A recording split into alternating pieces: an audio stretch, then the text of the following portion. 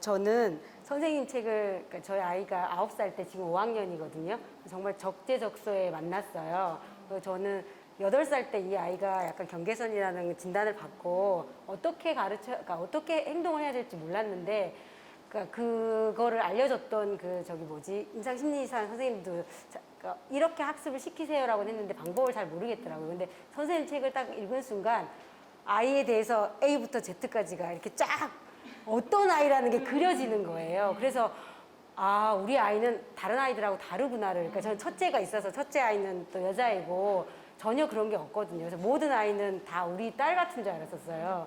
근데 저희 아이는 다르다라는 걸 인정하고 나니까 일단 마음이 편해지더라고요. 얘는 그냥 좀 많이 알려줘야 되는구나라고 생각을 해서, 그때 제가 아이랑 뭐 이렇게 구몬학습 이런 거를 시키고 있었는데 저 책과 다른 책들을 보면서 다 때려치웠어요. 그리고 이제 아이랑 책을 읽었어요. 동화책을.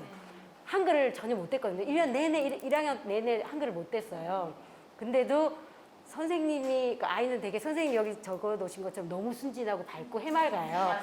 그냥 그러니까 주변에 있으면은, 그러니까 담임 선생님들이, 그러니까 이 친구가 있으면은 주변이 밝아져라 할 정도로 아이는 되게 밝아요. 그런데 한글은 모르는데, 그때 1학년 때 제가 가능성을 느꼈던 건, 그러니까 제가 교과서가 짧잖아요. 같이 읽었어요. 학교 가기 전날에, 그 국어 북날에 오늘은 어쩌고 저쩌고 이렇게 글을 읽으면 그거를 통으로 외우더라고요. 그래서 깜짝 놀랐어요. 그때 선생님이 이제 읽기를 한 줄씩 시키는데, 그때 저희 아이가 자기 차례가 오면 읽더래요. 그래서 왜 한글을 한자 읽긴 하는데 더듬더듬 읽는 애보다 더 잘 읽어서 선생님이 처음에는 한글을 못 읽는 줄 몰랐다는 거예요. 근데 이제 2학년이 올라가니까 글밥이 많아지잖아요. 그 순간부터 암기가 안 되더라고요. 예, 그래서 이제 그러니까 동화책을 가지고서 아이랑 한 권의 동화책을 한 달 동안 읽었어요. 누가 내 머리에 똥 쌌어. 선생님이 여기서 얘기한 것처럼 일단 등장인물이 누구인지를 기억을 그걸 몰랐어요. 제가 어렸을 때부터 진짜 우리 큰애처럼 다 책을 읽어줬거든요. 그런데 여기 누가 등장하니 그러면은, 무슨 일이 있었니? 이렇게 되더라고요. 그래가지고 그때 누가 내 머리 똥 쌌어를 딱 주면서, 이제 아이들은 보통 동물을 좋아하니까, 공룡 이런 걸 좋아하니까 그걸 가지고 그러니까 여기에 등장하는 동물들이 누가 있어서 그러면 토끼 뭐 이런 식으로, 그러니까 이렇게 하고 그 다음에 이제 또 읽다가는 그럼 맨 처음에는 어떤 동물이 등장했어요. 순서를 이제 얘기를 해주는 거예요. 그러면 순서를 처음에는 뒤죽박죽인데 자꾸 읽다 보면은 이제 순서가 나와요. 그럼 그 다음에는 얘네들이 써는 똥이 있잖아. 그 똥 소리는 어떻게 다르지? 라고 하면서 이제 뿌지지, 그 다음에 똥똥똥똥 뭐 이런 식으로 하고, 그리고 이제 얘는 왜 두더지는 나중에 이제 그럼 범인은 누구였어까지 가는 거예요. 그럼 범인은 누구예요? 범인도 맞추고, 그 다음에 마지막에 갈 때는 얘가 그러니까 범인인 걔한테 똥을 싼 뒤에 뭐라고 말했어? 그럼 후련해 이렇게 얘기를 하거든요. 그러면 왜 후련해라고 말했을까? 왜라는 질문도 모르는 거예요. 왜 그랬을까라고 하면 이제 그 마음에 대해서 이제 얘가 괘씸하게 했잖아요. 이 말을 하기까지가 너무 오래 걸리더라고요. 당연히 할 줄 알았는데, 왜냐면 큰애는 다 했으니까. 그래서 그 책을 한 달 동안 딱 하고 나니까 아이가 책에 재미를 붙인 거예요. 어떻게 읽어야 되는지를, 그러니까 약간의 감이라고 해야 되나? 그런 걸 느낀 것 같아요. 그래서 그때부터 시작해서 동화책으로 이 친구는 한글을 뗐어요. 그렇게 매일 항상 똑같은 책을 처음에는 한 달 읽고, 그 다음에 일주일 읽고, 뭐 이런 식으로 해가지고 지금 온 단계는 일단 한글을 읽을 수는 있어요, 선생님. 읽고, 그 다음에 짧은 동화책은 자기 스스로 이제 소리내서 읽고, 그러니까 만화책은 이제 눈으로 읽고 머리로 읽는 게 돼요. 만화책까지, 학습 만화까지는. 그런데 5학년, 3학년 얘기했지만 3학년부터 되게 어려워지잖아요, 선생님. 학교 과제를 할 수가 없는 거예요. 가장 문제는 저는 그거더라고요. 그럴 때 이제 제가 봉착하는 문제는, 선생님이 여기서 쓰셨지만 가능성이 있는 아이들이다, 잠재력이 있다라고 하는데, 그 잠재력이라고 하는 것이 학교와 관련되어 있는 학습적인 잠재력하고만 연관되어 있는 것 같아서, 저는 사실 학습적인 거를 아이랑 얘기하지 않으면 되게 스트레스가 없어요. 그런데 학교 거를 뭔가를 해줘야 되겠다라 생각하는 그 순간부터 아이랑 신경전이 벌어지고 너무 스트레스를 받고 아이는 아이대로 좌절을 하고 이렇게 되는 거예요. 그래서 이 친구들을 과연 이렇게 그 학교 진도라고 하는 것에 맞춰서 발맞춰가지고 계속 아이를 끌어올려 주려고 하는 게 다른 올바른 지침일까? 다른 학습법일까? 이 아이들이 가지고 있는 원래 이 아이의 장점들 막 되게 얘는 사교성도 되게 좋아요. 특히 동생들한테 너무 잘해주고 잘 놀아주고 막 그러거든요. 그리고 일반적으로 말하는 언어에서는 문제가 없으니까 그러면 그런 장점을 살려서 다른 일을 할 수 있는 건 아닐까? 꼭 학교 공부를 이렇게 꾸준히 계속 해야 하나? 이런 의문이 계속 들고 있거든요. 그러니까 이런 문제들은 선생님은 이제 저희 아이보다 훨씬 더 큰 아이들도 지금 온다고 얘기하셨으니까 어떻게 이 아이들을 쭉 이렇게 지도를 해나가야 되는지, 과연 학교 공부라고 하는 것들에 매진을 하는 게 올바른 건지 그런 게 궁금해요. 사실은 여기 어머님 말씀 듣고 저도 드는 게 이렇게 말씀하신 학교 공부에 대해서 말씀 주셨잖아요. 항상 딜레마예요. 이 아이가 학교 공부를 못 따라가면 학교 내에서 적응하기 힘들지 않을까? 그걸 위해서라도 학교 공부를 따라가게끔 해줘야 되지 않을까? 근데 얘를 이렇게 힘들게 하는 게 맞을까? 그러니까 이게 항상 고민이거든요. 그래서 어떤 게 맞는 건지. 저 하나 더, 이게 서로도 자폐 스펙트럼 장애를 갖고 있기 때문에 이게 ADHD나 자폐 스펙트럼 증상이 있는 아이들은 그걸 먼저 치료하라고 하셨잖아요. 그러니까 이게 치료를 하면서 교과 학습을, 학교 과정 그 학습을 시키는 게 어렵더라고요. 그래서 꼭 해야 되는 과목들, 얘한테 반드시 시켜야 되는 학습이 어떤 건지 저도 좀 알고 싶어요. 우선은 한 가지 사례를 설명을 드릴게요. 최근에 만난 친구인데 이 친구가 요새 코로나 때문에 등교가 이제 왔다 갔다 들쑥날쑥했잖아요. 그러다 보니까 이제 등교를 안 하는 날이 많다 보니 최근에 등교를 좀 자주 했던 시점이 있었잖아요. 그때쯤에 아이가 학교 교문까지만 가면 자꾸 열이 나는 거예요. 그래서 열 체크해가지고 다시 돌아오게 되고 뭐 이렇게 해가지고 등교 거부가 아닌 등교 거부가 된 그런 사례가 있었어요. 학교가 너무 힘든 아이인 거죠. 그리고 그 부모님들은 굉장히 열심히 아이의 학습 지도를 하시는 부모님이에요. 심지어는 아빠가 퇴근 후에서 한 과목 맡아가지고 가르칠 정도로 학습 지도 열심히 하시는 가정이거든요. 근데 그 아이하고 이야기를 하면서 조사를 했거든요. 네가 하루 종일 하는 활동을 쭉 적어보자. 이렇게 해가지고 너가 하는 활동 쭉 적었더니 뭐 자는 활동, 먹는 활동, 세수하는 거, 화장실 가는 거, 뭐 학교 가는 거, 수업 듣는 거 쭉 열거를 했거든요. 근데 그 중에서 제일로 싫은 활동이 뭐냐면 학교 가는 거. 학교 가는 거고 그 다음으로 싫은 게 뭔지 아세요? 엄마랑 대화하는 거예요. 그런데 제일 좋아하는 거는 역시 우리처럼 똑같이 자는 거.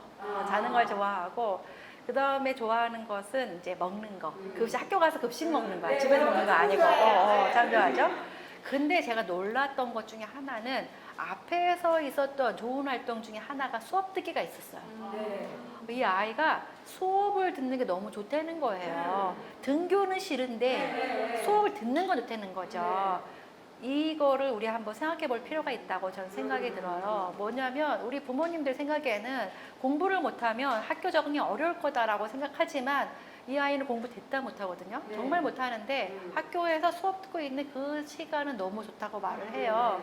그러니까 우리 부모님들이 생각하는 것처럼 공부라고 하는 것이 공부 못해도 수업 듣고 있는 거 좋다고 하는 이 아이를 봤을 때 꼭 공부를 잘하고 못하고가 학교 적응에 중요한 변수냐, 이건 또 아닐 수 있다고 생각이 듭니다. 그래서 학습이라고 하는 것을 조금 다른 관점으로 볼 필요가 있다라고 하는 것을 첫 번째로 말씀을 드리고 싶고요. 두 번째 이제 말씀드리고 싶은 거는 이제 그렇다 하더라도 그럼 학습을 지도하는 거는 어디까지 해야 되는가 하는 부분인데요. 오늘 이제 우리가 만나게 된 책인 느린 학습자의 공부라는 책을 제가 쓰게 된 이유는 학습이죠. 기초 학습과 관련된 부분이 너무나 중요하다라고 생각하기 때문에 이 책을 쓴 거예요. 필수다라고 생각합니다. 기초 학습은 대략적으로 초등학교 3학년 정도까지의 학력 수준을 만드는 것이라고 보시면 되겠어요. 그래서 그 학습까지는 너무나 중요하다라고 생각이 들고 그 다음부터는 이 아이의 능력에 맞춰서 속도를 가져가는 게 굉장히 중요하다고 생각해요. 그래서 두 번째는 반드시 해야 될 것은 기초학습 부분은 반드시 가르쳐야 되고 기초학습 부분이 잘 안 됐다면 기초학습 아까 말씀드린 것처럼 읽기, 쓰기, 그다음에 독해까지예요. 책을 읽는 데까지가, 그러니까 여기까지 올라온 친구들 많지 않아요. 그렇기 때문에 이 부분까지 안 된 친구가 있다면 반드시 시키는 게 필요하다. 왜냐하면 이것은 생존을 위한 필수 기술이다라고 생각합니다. 앞으로 살아가면서 자신에게 도움이 될 만한 것들을 하기 때문에. 근데 기초학습 기술을 가르치는 데 있어서 가장 큰 걸림돌은 뭐냐? 성적입니다. 내가 가르쳤는데 이 아이가 잘 알고 모르고의 판단 기준을 점수로 보거든요. 점수를 내려놓으세요. 점수를 내려놓으시면 기초학습을 가르치는 거 어렵지 않다고 생각이 듭니다. 이제 여기까지가 두 번째 얘기고요. 세 번째는 이 아이들을 학습 지도를 했을 때 어느 정도까지 향상시킬 수 있는가 하는 부분을 말씀을 드릴 수 있는데요. 지금 만나고 있는 친구 중에 굉장히 학습 기술이라든지 아니면 인지 능력이 향상이 되어서 요번에 수학에서 4개 틀리고 중학생입니다. 수학에서 4개 틀리고 또 영어에서 뭐 이렇게 안 틀린 것 같아요. 국어 상당히 좋고 이렇게 좋은 성적을 나와서 굉장히 우쭐한 친구가 있어요. 그러니까 이 아이들이 노력을 했을 때 이만큼 올라오는 것도 가능하다는 거예요. 그래서 제가 말씀드리고 싶은 것은 초등학교 때는 당연히 학습을 시켜야 되는 거고, 그리고 중학교 3학년 때까지는 학습을 시켰으면 좋겠다라고 생각합니다. 그런데 이제 그 학습을 시키기 위해서 어느 정도의 어떤 시간 투자와 어느 정도의 어떤 아이와 상호작용을 해줘야 되느냐, 아니면 부모님의 조력은 얼마큼 되느냐, 이런 부분이 이제 우리한테 큰 이제 짐이잖아요. 근데 그 부분은 학교 생활을 할 때 알아들을 정도만 해서 보내시면 됩니다. 그러니까 뭐 평상시에는, 그러니까 두 가지 나누면, 평상시에는 학교 수업을 들을 수 있도록 정도, 뭐 그 수업에 필요한 준비라든지 과제를 좀 할 수 있는 정도라든지 뭐 이 정도 해주시면 될 것 같고, 시험 때는 시험 점수와 관계없이 시험 공부는 시키시는 게 필요합니다. 왜냐하면 내일 시험인데 당장 시험 공부도 안 시키고 너는 공부할 필요 없어 이렇게 하면 얘 아이의 마음속에 다 떠나서 자기는 되게 예외적인 사람이라는 생각을 하게 되고, 뭐든지 자기는 이렇게 예외적으로 배려를 받아야 되는 것이 마땅하다라고 하는 생각을 갖게 됩니다. 그러니까 다른 친구들과 똑같이 시험 공부도 하고 그다음에 하는데, 거기에 받아들이는 정도가 100%라고 생각하시지 말고, 그냥 내가 설명했는데 어느 정도 좀 스쳤다, 좀 친숙해졌다, 이 정도까지만 알려주시면 좋을 것 같아요. 그래서 중학교까지는 학습을 시켜라. 그리고 성적에 대한 어떤 비중을 내려놓아라. 그렇게 하고, 그리고 부모님이 그 부분에 대한 것을 굉장히 다그치지 않으면 자기는 엄청 공부 열심히 하고 있다고 아이들은 믿습니다, 스스로. 그게 중요한 거예요. 공부 열심히 하고 있다라고 하는 것은 그 에릭슨이 말한 근면성에서 굉장히 중요하거든요. 열심히 살아야 된다는 이유가 있는 거거든요. 그러니까 성적만 내려놓으시고 꾸준히 일반 아이들 하듯이 지도하시면 된다고 생각합니다. 네. 발달장애인 가족들과 함께하는 채널 우리 아이 연구소.